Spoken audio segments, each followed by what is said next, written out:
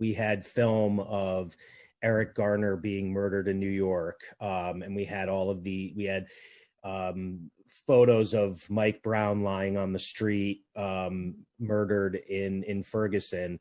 And many years before that, there was video on national television of Rodney King being beaten. I do remember Rodney King. I believe I was in middle school when that happened. And I remember us talking about it in school, like our teacher having a discussion with the class about it. And it's interesting to me how many people have all of a sudden forgotten. Yeah. And what do you remember what they said about the response in LA in the communities, like the LA riots, so to speak? Do you remember what the language was around that?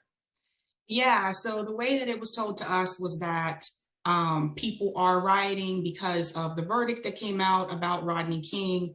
We don't support like this type of behavior. And it was interesting to me because even at that age, I already started to see how they shifted to focusing on the rioters instead of focusing on what actually happened to Rodney King and why people are doing what they're doing. Yep, exactly. And that it's worth noting that Martin Luther King, who is this person that is revered by neoliberals and moderates and even conservatives every year on his birthday, said the riot is the voice of the unheard. It is a totally appropriate response to oppression to loot.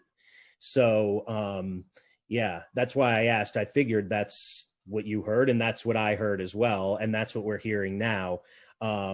When I share something on social media about a protester exercising their First Amendment rights who is facing 30 years in prison, for example, the response I get from many people who are on the right typically, but even toward the center, is that maybe you shouldn't be burning down cities. So number one, that isn't really what happened. 93% of the Black Lives Matter protests were peaceful.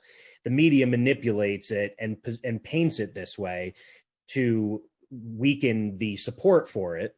And then there's also the fact that why are we prioritizing property over people?